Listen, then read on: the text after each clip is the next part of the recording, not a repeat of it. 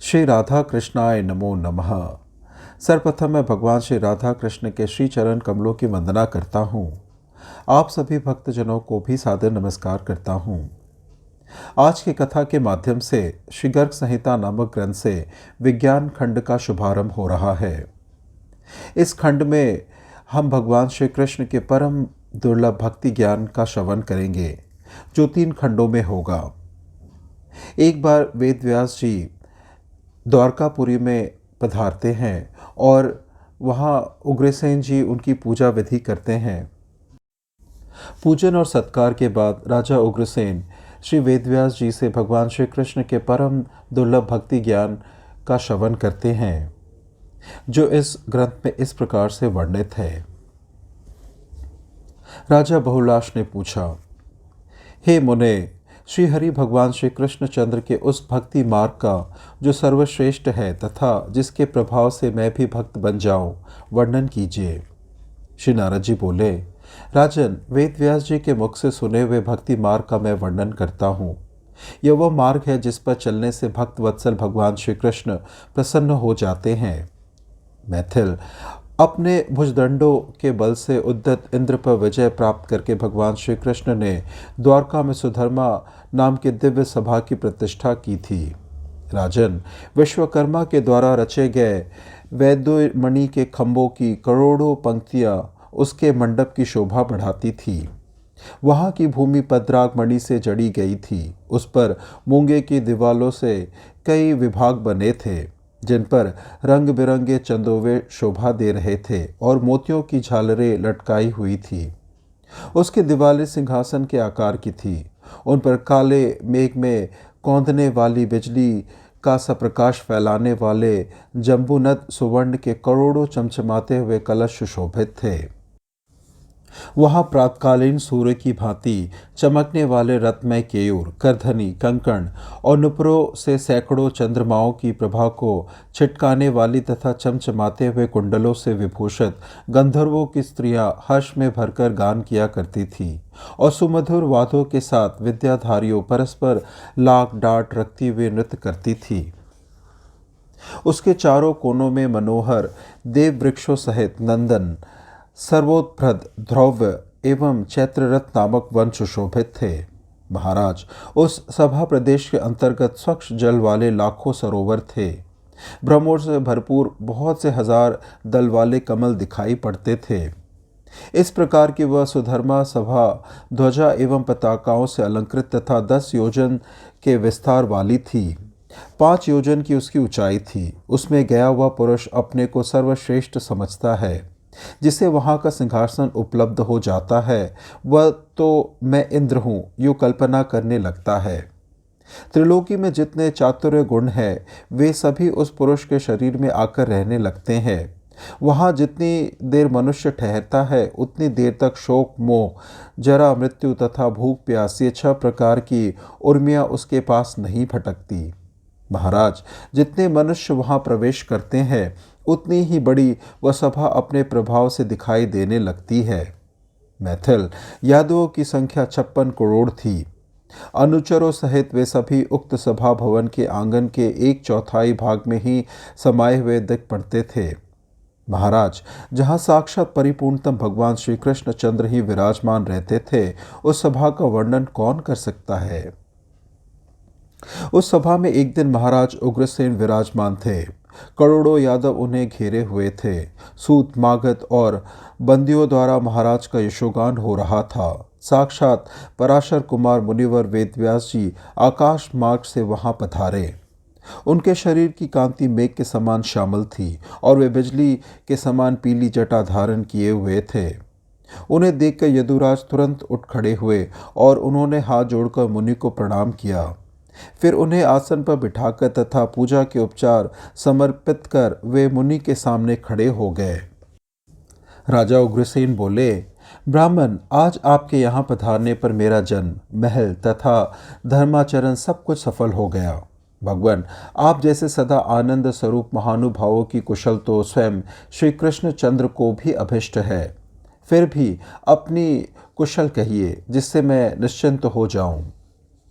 प्रभो, आपके समान साधु पुरुष जहाँ जहाँ जाते हैं वहाँ वहाँ लौकिक की और परलौकिक की दोनों प्रकार की सिद्धियाँ रहती ही है। मुनिवर व्यास जी, जहाँ संत पुरुष एक क्षण भी निवास करते हैं वहाँ स्वयं श्री हरि रहते हैं। हे ब्राह्मण, फिर लौकिक गुणों की तो बात ही क्या है। मुनिवर, मैंने पूर्व जन्म में कौन सा पुण्य अथवा यज्ञ किया था जिसके फलस्वरूप मुझे द्वारका का राज्य प्राप्त हो गया। यही नहीं, आपके सामने बड़े बड़े ब्राह्मण देवता मेरे महलों में प्रतिदिन पधारते रहते हैं। इससे मैं अनुमान करता हूँ कि मैंने निसंदेह सबसे बड़ा पुण्य किया है। व्यास जी ने कहा, महाराज, तुम धन्य हो तथा तुम्हारी निर्मल बुद्धि को भी धन्यवाद है। राजन, पूर्व जन्म में तुमने सबसे बड़ा पुण्य किया था। राजन, तुम्हारा नाम मरुत था। मन में किसी भी प्रकार की कामना न रखकर तुमने विश्वजित नामक यज्ञ किया था। उससे भगवान श्री हरि प्रसन्न हुए। तुम्हारे निष्काम भाव से तुम्हें यह परम सौभाग्य प्राप्त हुआ है। श्री कृष्णचंद्र साक्षात परिपूर्णतम भगवान श्री हरि ही है। अनंत ब्रह्मांड उनके अधीन है और वे परात्पर प्रभु गोलोक के स्वामी हैं। वे परम स्वतंत्र होने पर भी भक्ति के वशीभूत हो तुम्हारे महलों में विराजते हैं। यदुराज, यही बड़ी विचित्र बात है कि भजन करने वालों को भगवान मुक्ति दे देते हैं किंतु भक्ति का साधन कभी नहीं देते। राजन, इसलिए भक्ति योग को बहुत दुर्लभ समझो। राजा उग्रसेन बोले, आपके द्वारा किए गए वर्णन को सुनकर मैं कृत हो गया तथा आनंद से भर गया हूँ। आपने मेरे ऊपर बड़ी कृपा की। मेरे मन में उठे हुए संदेह को दूर करने में आप ही समर्थ हैं। ब्राह्मण, सकाम कर्मों की क्या गति होती है, उनका क्या लक्षण है और उनके कितने भेद हैं, इसे तत्वत कहने की कृपा कीजिए। व्यास जी ने कहा, राजन, गुणों के साथ संबंध से सभी कर्म सकाम हो जाते हैं। वे ही फल का त्याग कर देने पर निष्काम हो जाते हैं। यदुराज, जो सकाम कर्म है उसे बंधन समझो, जो निष्काम कर्म होता है वो मोक्ष देने वाला है, अतएव वह परम मंगलमय होता है। सत, रज और तम, इन तीन गुणों की उत्पत्ति प्रकृति से होती है। जैसे भगवान विष्णु से सारे पदार्थ व्याप्त हैं, उसी प्रकार गुणों से संपूर्ण विश्व ओतप्रोत है। सत्व गुण की स्थिति में जिनके प्राण निकलते हैं वे स्वर्गलोक में जाते हैं। रजोगुण में प्रयाण करने वाले नरलोक के अधिकारी होते हैं तथा तमोगुण की अधिकता में मरने वालों को नरक की यातना भोगनी पड़ती है। जो गुणों के संबंध से रहित होते हैं वे श्री कृष्ण को प्राप्त होते हैं। राजन, जिन्होंने वनवासी होकर पंचअग्नियों का सेवन रूप तप किया है वे निष्पाप होकर सप्तऋषियों के लोक में चले जाते हैं। जो संन्यास आश्रम के नियमों का पालन करने वाले त्रिदंडधारी हैं तथा जिन्होंने इंद्रिय एवं मन के स्वभाव पर विजय पा ली है वे सत्यलोक के यात्री होते हैं। जो निर्मल चित्त वाले ऊर्ध्वरेता योगीराज अष्टांग योग का सेवन करते हैं वे उसके प्रभाव से जनलोक अथवा महरलोक में जाते हैं। इसमें कुछ भी संदेह नहीं है। यज्ञ का अनुष्ठान करने वाला पुरुष बहुत वर्षों तक इंद्रलोक में वास करता है। दानशील व्यक्ति चंद्रलोक को और व्रतशील पुरुष सूर्यलोक को जाता है।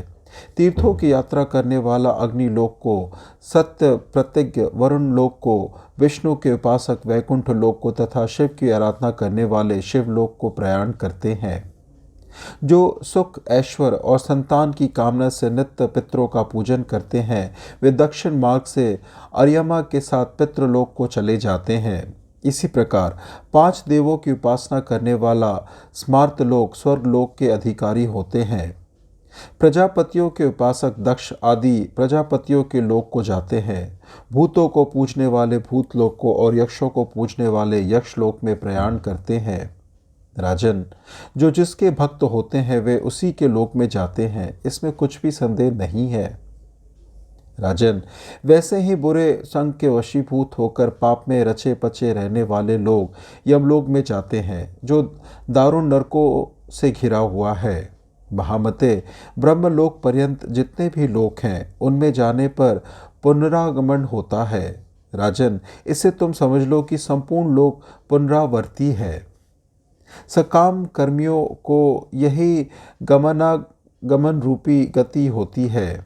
जब तक जीव के पुण्य समाप्त नहीं होते तब तक वह स्वर्गलोक में विहार करता है।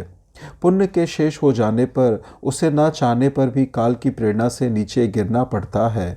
अतः हे महाबाहु यादवेंद्र, कर्म में फल का त्याग कर देना ही चाहिए। मनुष्य को चाहिए कि वह ज्ञान और वैराग्य से युक्त होकर निष्काम भक्त हो जाए। फिर प्रेम लक्षणा भक्ति के द्वारा भगवान श्री हरि के भक्तजनों का प्रीति पात्र बनकर भगवान श्री कृष्ण चंद्र के चरण कमलों की जो अभय प्रदान करने वाले हैं और जो परम हंसों द्वारा सेवित हैं, उपासना करनी चाहिए।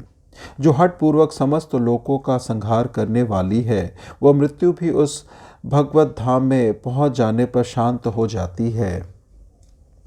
राजा उग्रसेन बोले, भगवान, समस्त लोकों को पुनरावर्ती कहा गया है। इस बात से उन सभी लोकों के प्रति मेरे अंतकरण में निस्संदेह विराग उत्पन्न हो गया है।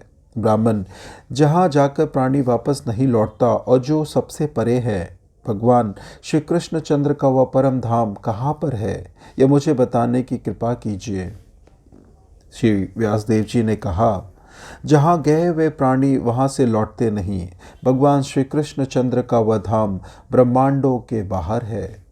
विज्ञजन उसे ही उत्तम गोलोक धाम कहते हैं। जीव समूह से भरा हुआ 50 करोड़ योजन में विस्तृत यह ब्रह्मांड है। इसके आगे इससे दुगनी अर्थात 100 करोड़ योजन के विस्तार वाली ब्रह्मद्रव्य नाम की जल राशि है, जिसमें यह ब्रह्मांड परमाणु के समान दिखाई पड़ता है। उसमें इसके अतिरिक्त करोड़ों ब्रह्मांड और हैं। उसके उस पार वह गोलोक है, जहाँ न सूर्य का प्रकाश है, न चंद्रमा का और न अग्नि ही। काम, क्रोध, लोभ और मोह की वहाँ गति नहीं है। वहाँ न शोक है, न बुढ़ापा, न मृत्यु और न पीड़ा है। वहाँ प्रकृति और काल भी नहीं है।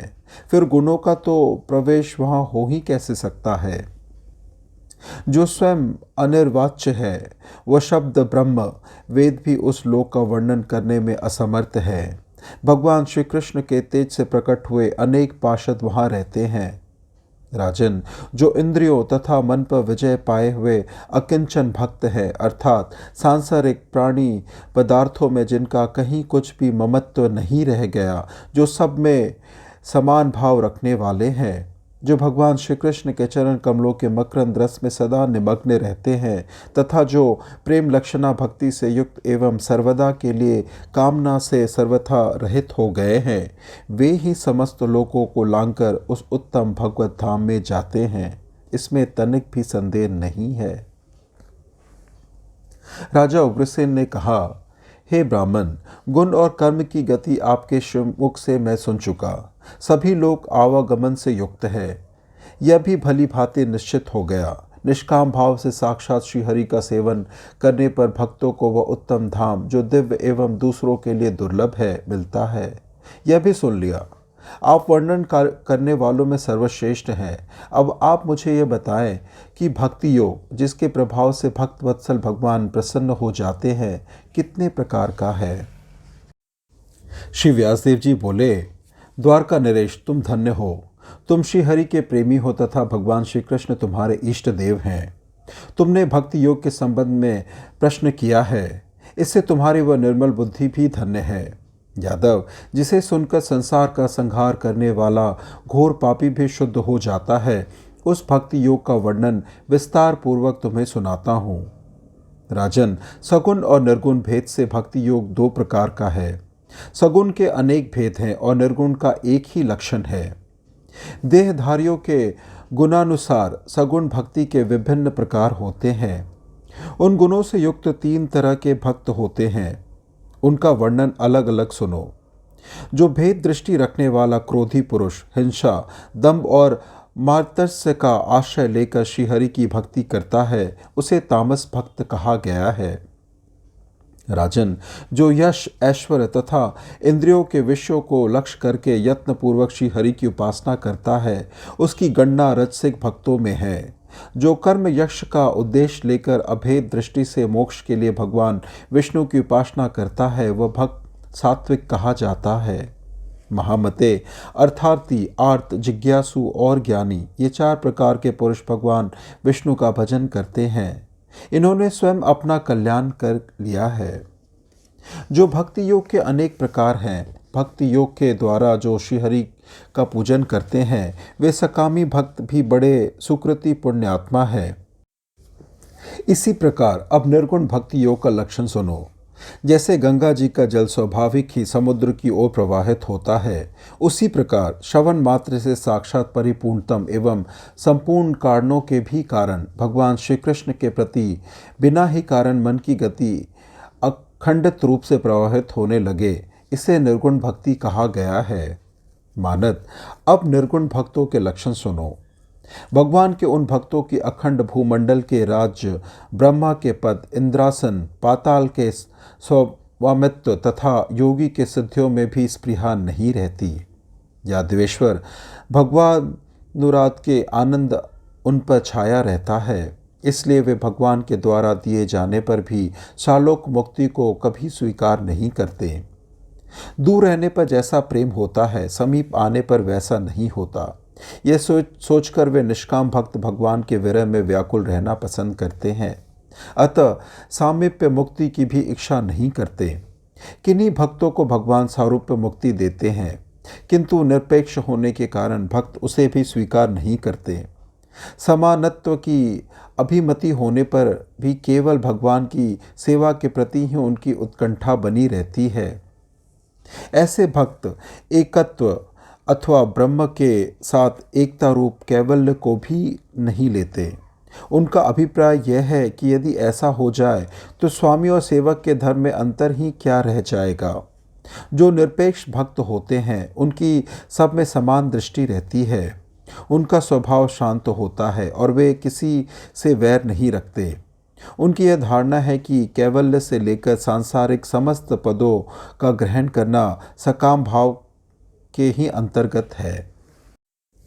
जिस प्रकार फूलों की गंध को नासिका ही जानती है, आँख को उसका ज्ञान नहीं होता, ठीक वैसे ही निरपेक्षता रूप महान आनंद को भगवान के निष्काम भक्त ही जानते हैं।